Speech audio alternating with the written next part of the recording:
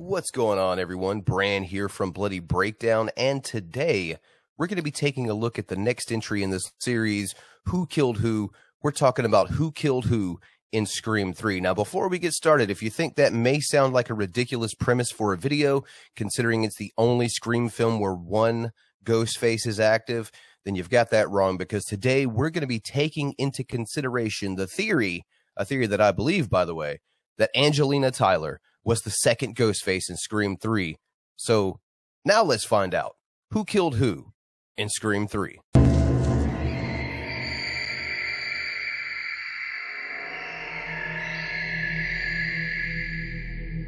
All right, so yes, like I said, we will be operating on the premise that Angelina Tyler was the second Ghostface in Scream 3. Just want to put that out there for everybody, comes in here and goes, well, fucking duh, Bran, it was Roman. And obviously in what we got, that is the canon, so to speak. However, I think most people will agree various scenes were filmed, a lot were kept, that gave out the idea there were indeed two killers in this film. Angelina was originally scripted to be the other killer. The Weinsteins did Weinstein things, no, not like that, and interfered, changed the finished product of the film. So let's jump in, folks. What we're going to do here is I'm going to look at from what we got. Now, I may make reference to some deleted scenes here and there, but they're not canon. Just based off the premise of what we have on the film in front of us in Scream 3. Let's go. So, of course, the first kill of Scream 3, of course, will go to Christine Hamilton, Cotton Weary's girlfriend. And now I've said in past videos that I think the mastermind, the quote-unquote masterminds of the films are the ones doing the calls more often than not. So Billy, Nancy, and now Roman.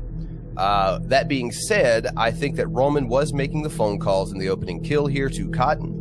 I also believe that Angelina was the first Ghostface to attack Christine unsuccessfully. However, when it actually came down to it, we do see that one single Ghostface ends up dispatching of both of them. That person, in my opinion, is going to be Roman. I believe that the idea to have Angelina take out Christine, and then Roman take out Cotton, I believe those plans were adjusted when, in my estimation, Angelina wasn't able to get the job done, so to speak, as it relates to Christine Hamilton. So I do believe Roman was the one to take her out, which would also mean that he is the one to take Cotton out as well, as we do see that the same Ghostface is responsible for both of the opening kills, one literally right after the other. No scene change, camera never really cuts away too much. So yeah, I think it was Roman. Even accounting for Angelina, I think Roman gets his hand raised in victory here as far as the opening scene goes.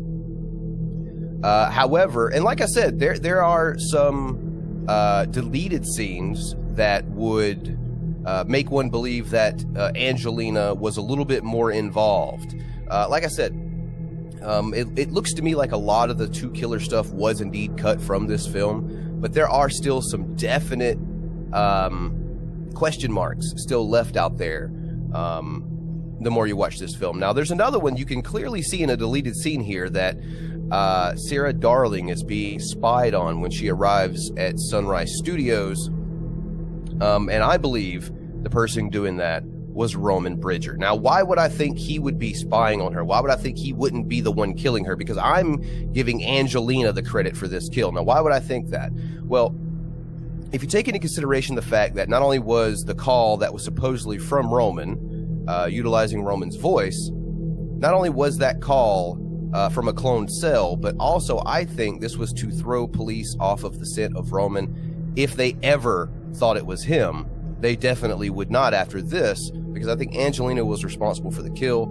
Obviously, the call came from a cloned cellular, and I think that means that Roman was going to be able to have an alibi that he could he could, like I said, utilize to get himself out of any possible scenario. So I'm going to say here that Angelina was definitely responsible for this.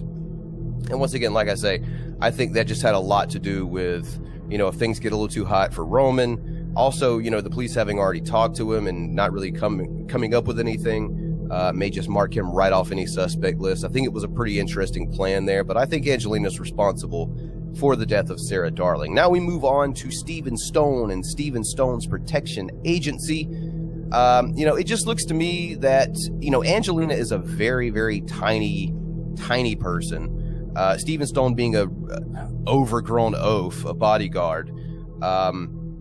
And just, you know, the fact that Angelina is, even though she's with the party and the party goers kind of split up, when she shows back up on the scene, she shows back up on the scene with other characters that are not Ghostface.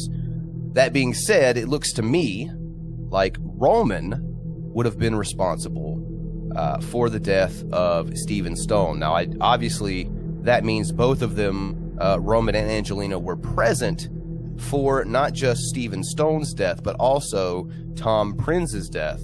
And this was interesting on who do you give credit to in a two-person scenario, because no one really pulls the trigger, no one really slings the blade. I've always put it down like this. In my estimation, Roman sent these faxes. It is the equivalent of making the phone call in the Scream film here in this scenario, sending the fax. However, Angelina already being in the house, nobody's going to, you know, blink an eye to her being there. I think it would be easier for her to turn the gas on. So at the end of the day, I think the fax is the equivalent to a phone call. I think Roman made that fax. And I think the, you know, cutting on of the gas, as it were, is the person who deserves the responsibility for the kill here. So I'm going to give that one to Angelina Tyler as well. I just think it makes the most sense. So now we move on here to Tyson Fox, and I believe that, and at this point in time, you also have to take into consideration that Angelina has been eliminated.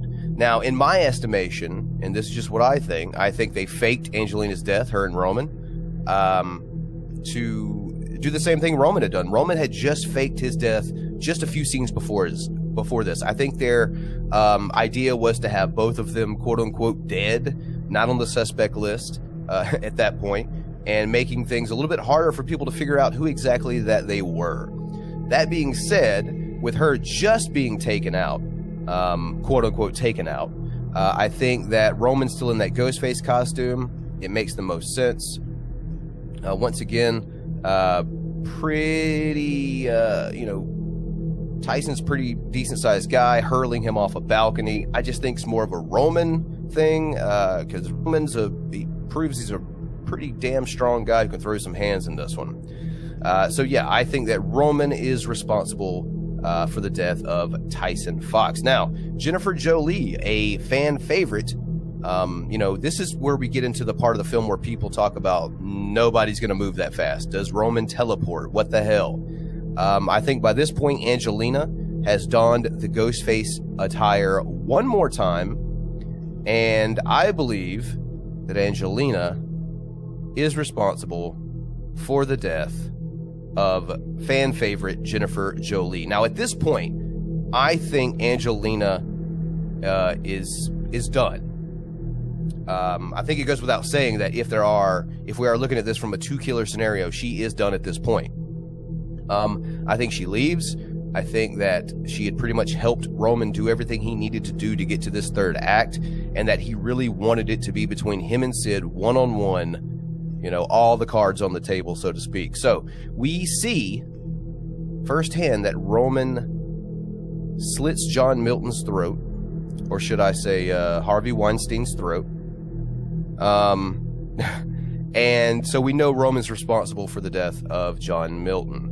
And that kind of brings us full circle here. I've always said that I think Angelina is the Ghostface that got away. You know, a lot of people ask, well, you know, she died. Well, no, did she? She's not in the retrospective and the DVD trilogy booklet that, you know, details all the deaths of all the characters in the original trilogy, you know, the RIP section. She's not there.